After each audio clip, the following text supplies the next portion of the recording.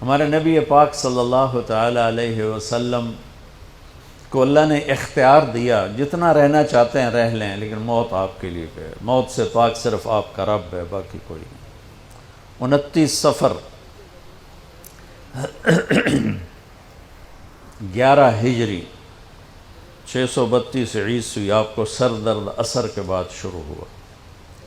آپ ایک جنازے میں تھے جنت البقیع، وہ درد تیز ہو گیا، گھر پہنچتے پہنچتے حضرت عائشہ کی گھر کی باری تھی اور تیز بخار میں تبدیل ہو گئی۔ تو یہ مہینہ 29 کا تھا، 29 دن یہ اور 12 دن اگلے، 13 دن آپ نے بخار اور سر درد میں گزارے، اور اسی بیماری میں جا کے نمازیں پڑھاتے تھے۔ آپ کے جانے میں 5 دن باقی تھے تو آپ کا بخار بہت تیز ہو گیا، تو آپ نے فرمایا کہ مجھے 7 کنوؤں کا پانی لا کر غسل دو۔ تو 7 مشکاں وڈیاں وڈیاں بھر کے لے آندیاں صحابہ نے، الگ الگ کنواں تو حضرت عائشہ کے گھر میں ٹپ نہیں تھا، تو حضرت حفصہ کے گھر سے ٹپ منگوایا گیا۔ آپ تہمت باندھ کے اس میں بیٹھے اور ایک ایک مشک آپ پر ڈالتے گئے تو اس سے پانی سے بخار کا زور ٹوٹ گیا، تو آپ نے پٹی باندھی سر درد کی وجہ سے، اور حضرت علی اور فضل بن عباس رضی اللہ عنہما علیہم السلام ان کے کندھوں پر ہاتھ رکھے ہوئے آپ مسجد میں تشریف لائے۔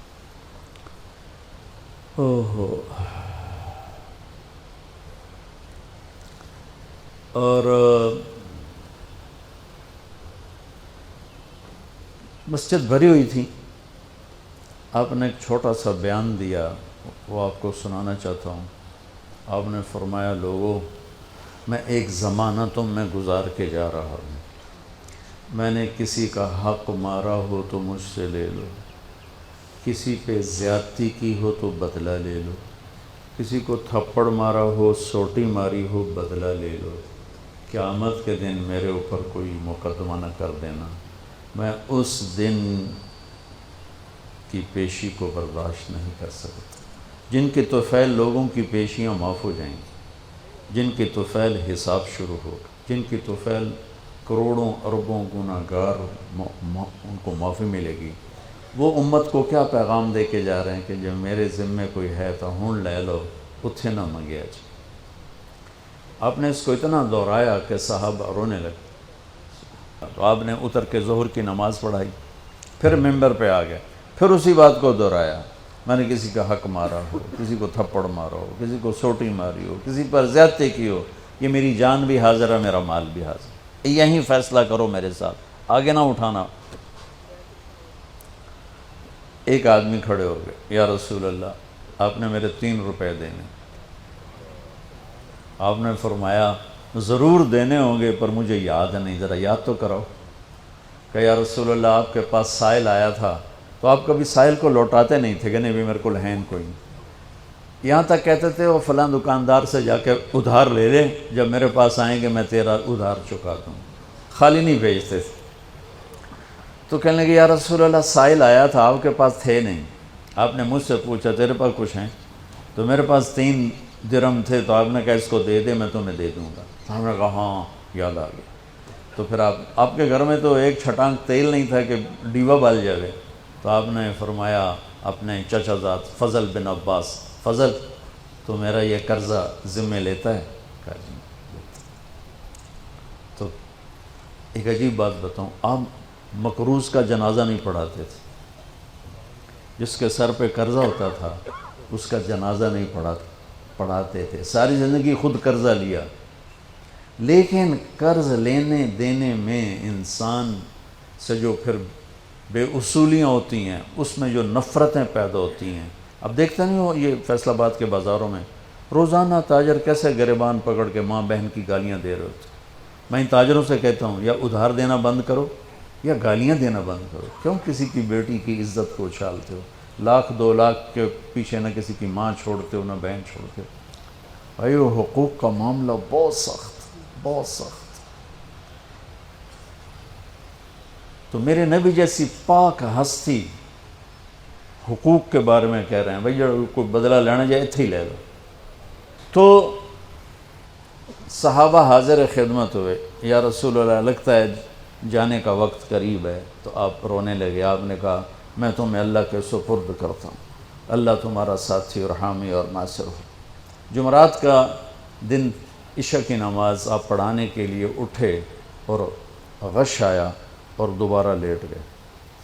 تو پھر تھوڑے دیر کے بعد آپ کو دوبارہ ہوش آیا تو آپ نے فرمایا عشاء کی نماز ہو گئی ہے؟ کہا جی نہیں، آپ کا انتظار ہے. تو آپ اٹھنے لگے، پھر اٹھ نہیں سکے، پھر لیٹ گئے. پھر تیسری دفعہ آپ اٹھے، عشاء کی نماز ہو گئی. کہا جی آپ کا انتظار ہے. تو آپ پھر اٹھنا چاہا، نہیں اٹھ سکے. تو آپ نے فرمایا ابو بکر سے کہو عشاء کی نماز پڑھائے. تو ابو بکر ذرا پیچھے کھڑے تھے، عمر آگے کھڑے تھے. تو لوگوں نے کہا نماز ہی پڑھاونی، کوئی پڑھا دے. تو انہوں نے عمر کو آگے کر دیا، وہ پہلی صف میں کھڑے تھے. جب حضرت عمر نے اللہ اکبر کی تو آپ نے اندر میں آواز سنی تو زور سے فرمایا کہ عمر کو پیچھے کرو، ابو بکر کو آگے کرو. میرے رب کا فرمان ہے میرے مصلی پر صرف ابو بکر کھڑا ہو سکتا. تو عمر کو پیچھے کیا گیا اور ابو بکر کو آگے کیا گیا. تو جمعرات کی 1 نماز عشاء، اور جمعے کی 5، ہفتے کی 5، اتوار کی 5، 15، فجر کی 1. تو جمعرات اور پیر کی 1 اور یہ 15، 17 نمازیں آپ نے پڑھائیں اللہ کے نبی کی موجودگی میں. تو ہفتے کا دن تھا تو جبریل آئے، یا رسول اللہ مجھے اللہ نے آپ کی خدمت میں بھیجا ہے کہ میں آپ کا حال پوچھ کے ہوں، آپ کا کیا حال؟ تو آپ نے کہا جبریل بڑی تکلیف ہے. اتوار کو پھر اللہ کے نبی کی خدمت میں جبریل ہے، یا رسول اللہ مجھے اللہ نے بھیجا ہے میں پوچھ کے ہوں کہ آپ کا کیا حال ہے. آپ نے کہا جبریل بڑی تکلیف ہے. پیر کے دن، ہفتے کے دن آپ ظہر کی نماز کے لیے حضرت علی اور فضل بن عباس کے کندھوں پہ ہاتھ رکھ کر آپ مسجد میں انٹر ہوئے. ابو بکر نماز پڑھا رہے تھے. تو آپ نے یہاں سے محسوس کیا کہ اللہ کے نبی انٹر ہو رہے ہیں، تو وہ پیچھے ہٹنے لگے. تو آپ نے ایسے ہاتھ کا اشارہ کر کے روکا اور ان کی لیفٹ سائڈ بیٹھ کر آپ نے 4 رکعت نماز ظہر یا عصر ادا فرمائی. یہ آپ کی آخری ملاقات تھی اپنی امت کے ساتھ. اس کے بعد آپ اللہ کی خدمت کے پاس حاضر ہو گئے. پیر کی صبح ہو آپ نے تھوڑا سا دروازہ کھول کے امت کو نماز پڑھتے دیکھا. تو جب دروازہ کھولنے کی آواز آئی تو حضرت انس فرماتے ہیں کہ سارے نمازی ایسے بھولے کہ جیسے نماز میں ہم ہیں ہی نہیں، اور سارے اللہ کے نبی کو یوں دیکھنے لگے. ایسے کسی کو یاد ہی نہیں رہا کہ ہم نماز پڑھ رہے ہیں، سب یوں دیکھ رہے ہیں. جب آپ نے دیکھا یہ تو نماز میں ہی میری طرف متوجہ ہو گئے اور نماز میں کمی آ رہی، تو آپ نے پھر پردہ گرا دیا. یہ آپ کا اور امت کا آخری دیدار تھا. تو اشراق کے بعد آپ نے یہ 7 جون سخت گرمی تھی اور 12 ربیع الاول 632 عیسوی اور 11 ہجری. تو آپ نے اپنی ساری بیگمات کو بلایا. حضرت عائشہ فرماتی ہیں میں نصیب والی ہوں کہ مات فی سحری و نحری، اللہ کے آخری نبی میری ٹھوڑی اور سینے کے درمیان اللہ کی بارگاہ میں پیش ہوئے. یہ کیفیت تھی میرے نبی کی. یہ اس طرح آپ نے اپنی بیگم کے سینے پر سر رکھا ہوا تھا اور اس طرح نیم دراز تھے آپ اس طرح. تو آپ نے اپنی ساری بیویوں کو بلایا اور ان سے ملاقات کی. کچھ نہیں بتایا کہ میں جا رہا ہوں. اس کے بعد آپ نے بیٹی فاطمہ کو بلایا اور ان سے فرمایا کہ بیٹی میں جا رہا ہوں. تو وہ رونے لگیں. تو ہم نے کہا رو نہیں، سب سے پہلے تو ہی آئے گی مجھے ملنے. 6 مہینے بعد بیٹی کا بھی انتقال ہو گیا. پھر آپ نے مولا علی کو بلایا، ان کا سر اپنی گود میں رکھا اور ان کی کمر پہ ہاتھ پھیرتے رہے اور دعا دیتے رہے. دعا یہ سب کچھ بڑے سکون کے ساتھ ہو. آخر میں دونوں بچوں کو بلایا، حسن حسین. جن میں آپ کی جان اٹکی ہوتی. آپ فرمایا کرتے تھے میری آنکھوں کی ٹھنڈک، میرے 2 پھول، میری دنیا کی بہار، میرے جگر کے ٹکڑے. تو آخر میں دونوں بچے بولائے اور یوں جو لیا نا سینے سے لگا تو ساتھ ہی آنسو شروع ہو. وہ سارا منظر آگے کھل گیا تو بے ساختہ آنسو. ایک دفعہ آپ نے حضرت ام سلمہ سے فرمایا، ام سلمہ آپ کی بیگمات میں سے کہ ایک فرشتہ آ رہا ہے جو آج تک کبھی نہیں آیا، پہلی دفعہ آ رہا ہے مجھ سے ملنے، تم دروازے پہ کھڑی ہو جاؤ، کسی کو اندر نہ آنے دینا. وہ کھڑی ہو گئیں. تھوڑی دیر میں کہیں سے امام حسین آ گئے کھیلتے ہوئے. وہ اندر جانے لگے، انہوں نے روک لیا. روکا تو وہ رونے لگے، روئے تو انہوں نے چھوڑ دیا. تھوڑی دیر کے بعد اندر سے زور زور سے رونے کی آواز آئی اللہ کے نبی کی، تڑپ تڑپ کے رونے کی آواز. اندر گئے تو کیا دیکھا کہ آپ نے حسین کو یوں سینے سے لگایا ہوا تھا زور سے، اور یہ آپ کی کیفیت تھی، ہل ہل کے رو رہے اس طرح. پوری باڈی آپ کی غم کی وجہ سے ایسے کانپ رہی، شیورنگ تھی ایسے.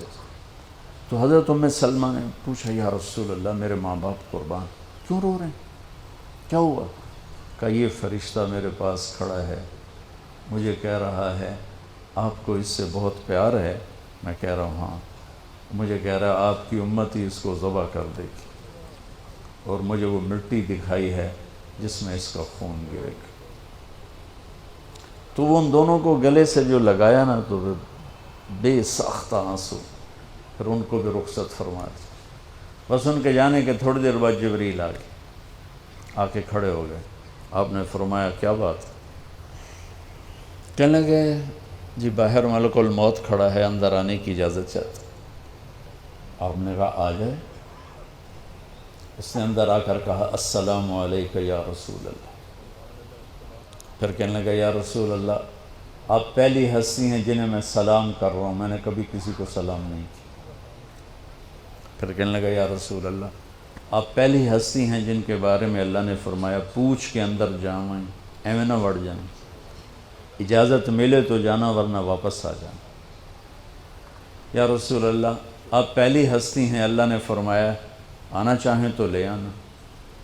ہو کیا دربار ہے، کیا مقام ہے. موت بھی اجازت منگتی پہ، اور رہنا چاہیں تو چھوڑ کے آ جانا. عیش معاشیت میرے محبوب آپ جتنا زندہ رہنا چاہتے ہیں آپ کو اجازت. توڑے واسطے 63 سال کی کوئی قید کوئی نہیں، توڑی اپنی مرضی. تو آپ نے پوچھا اگر میں تمہیں اجازت دے دوں تو میری جان بھی نکالو گی؟ کہ جی رسول یہ تو اللہ کا امر ہے، میری کیڑی اوقات. تو آپ نے جبریل کو دیکھا. اب ذرا میری آنکھوں کو دیکھو. تو آپ نے یوں کیا. یہ بھی سوال ہوتا کی صلاح ہے؟ تو بجائے منہ کے آدمی نہیں پوچھتا، یہاں سے سوال کرتا. آنکھیں بھی بہت کچھ کہہ دیتی ہیں، بہت کچھ سنا دیتی ہیں. تو آپ نے یوں کیا. تو وہ سمجھ گئے کہ اللہ کے نبی کہہ رہے ہیں تیری کی صلاح ہے. تو انہوں نے عرض کہ ان ربک الیک لمشتاق. یا رسول اللہ آپ کی ملاقات کے شوق میں بیٹھے، بڑے شوق میں ہیں اللہ آپ کی ملاقات.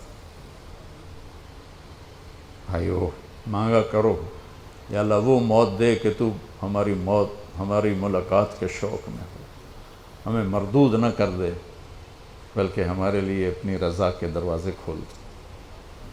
اب سنو ایک بات. آپ نے فرمایا جبریل واپس جاؤ، اللہ سے پوچھ کے آؤ میرے بعد میری امت کے ساتھ کیا کر. حسن حسین کو دیکھ لیا ہے کیا ہونے والا ہے، ان کے لیے کچھ بھی نہیں مانگا، ان کو قربانی بنا دیا، اپنی اولاد کو قربانی بنا دیا، ان کو ذبح ہونے کے لیے چھوڑ دیا.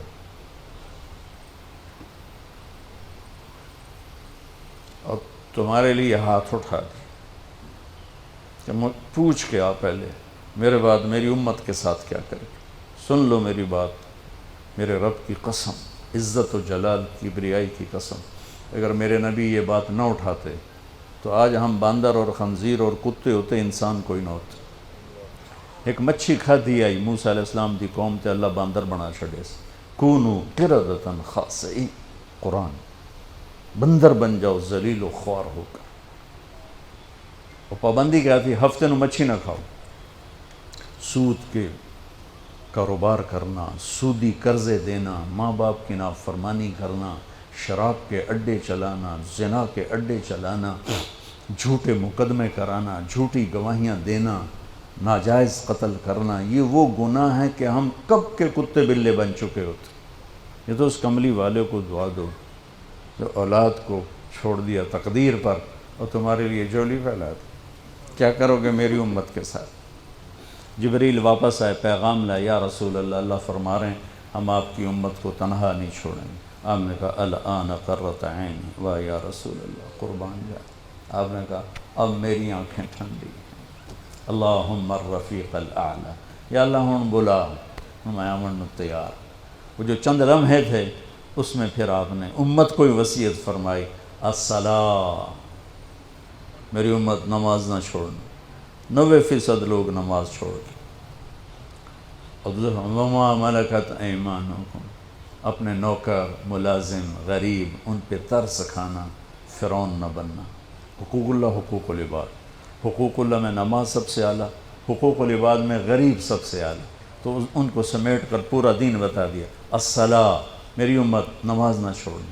وما ملکت ایمانکم، اپنے نوکر چاکر، نوکرانیاں، غریب لوگ، ان پہ رحم کرنا. انہی دو باتوں کو آپ دہرا رہے تھے. پھر آواز کمزور ہوئی تو کہا الصلاۃ، الصلاۃ، الصلاۃ، نماز، نماز. پھر آخری لفظ سے اللہم الرفیق الاعلی، مولا تیرا ساتھ چاہتا، اور اللہ کا امر پورا ہو گیا.